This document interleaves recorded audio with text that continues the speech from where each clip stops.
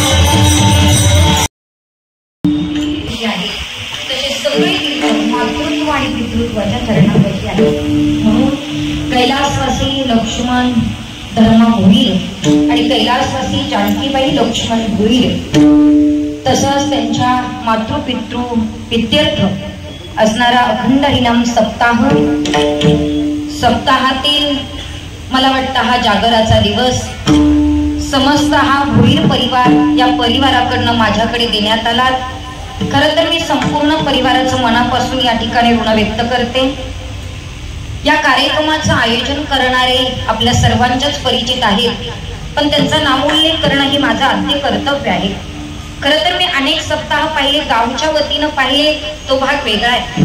पण ज्यांचा आदर्श आपल्या डोळ्यासमोर ठेवायला पाहिजे त्यांचा नामोल्लेख करणं फार महत्वाचं आहे. आदरणीय श्री देवराम लक्ष्मण भोईर, त्यांच्याकरता एकदा जोरदार टाळी वाजवा. आदरणीय श्री संजय देवराम भोईर, त्यांच्याही करता टाळी वाजवा. तुम्ही टाळ्या वाजवायला कमी करू नका.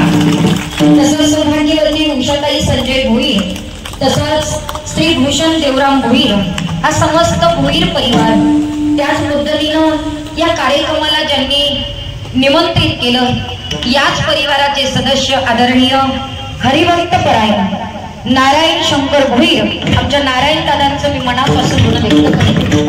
इतका शुद्ध भावित नारायण दादांचा, मी खोटं नाही सांगत. मी प्रत्यक्षरित्या कधीच कुणाचे एवढं भरभरून वर्णन करत नाही, पण ज्यांचं वर्णन केलं पाहिजे त्यांचं केलंच पाहिजे. दादा प्रत्येक गावामध्ये सप्ताहानं गेलो की आमचे नारायण दादा दिसतात.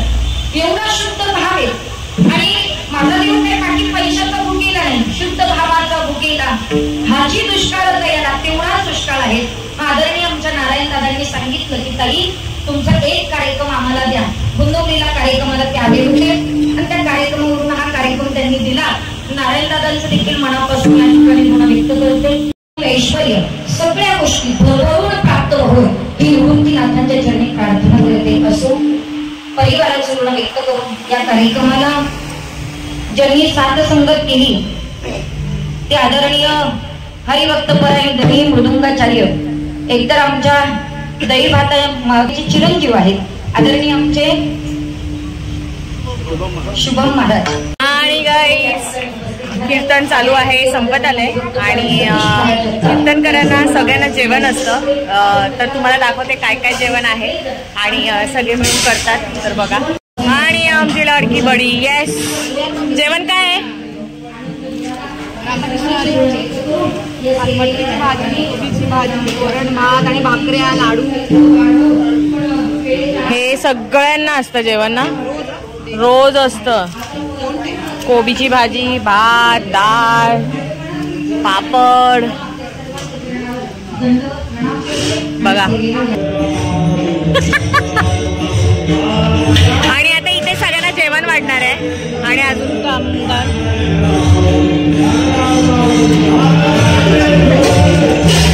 तिची घाई बघा किती चालली आहे, धावपळ धावपळ.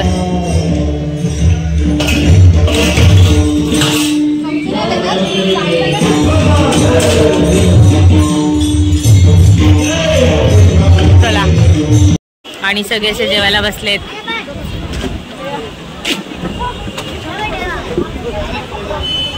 ब्ल्यू आणि येल्लो वाले महिला मंडळ. हाय, जय मल्हार. विठ्ठलाचं घेऊन यायचं होतं ना. बघा या कार्यक्रम. आणि गाईज आता हे लोक हे थांबना. आणि आता सगळे जणांना जेवायला वाढतायत. हे बघा,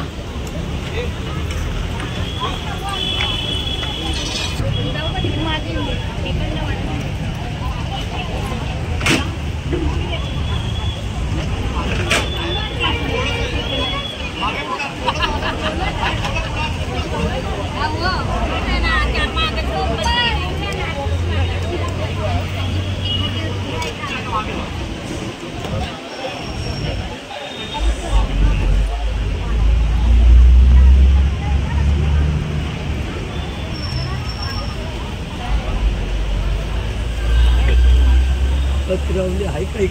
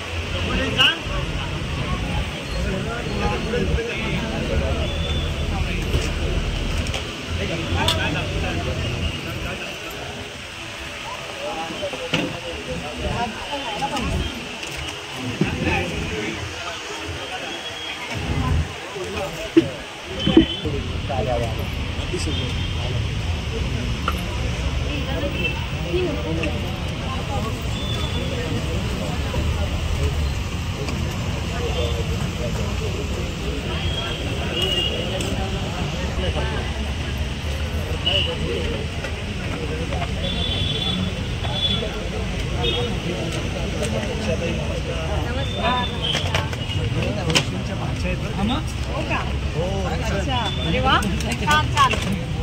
चला आतापासून त्यांना चांगलं ध्यान देते.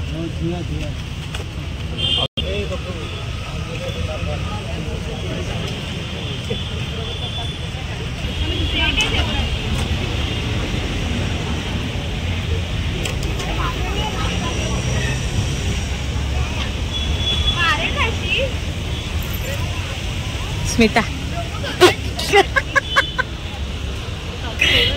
पक्क्या भाकऱ्या घेऊन आलीस तोडून.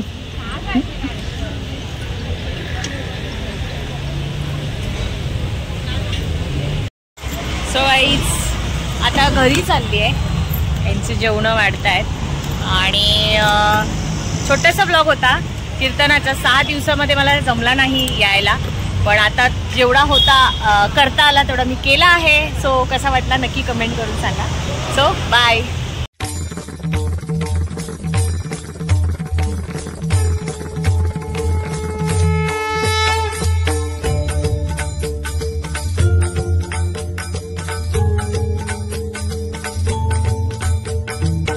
शोधून शिनला जीवा तारे साध तुलाही पोचल का.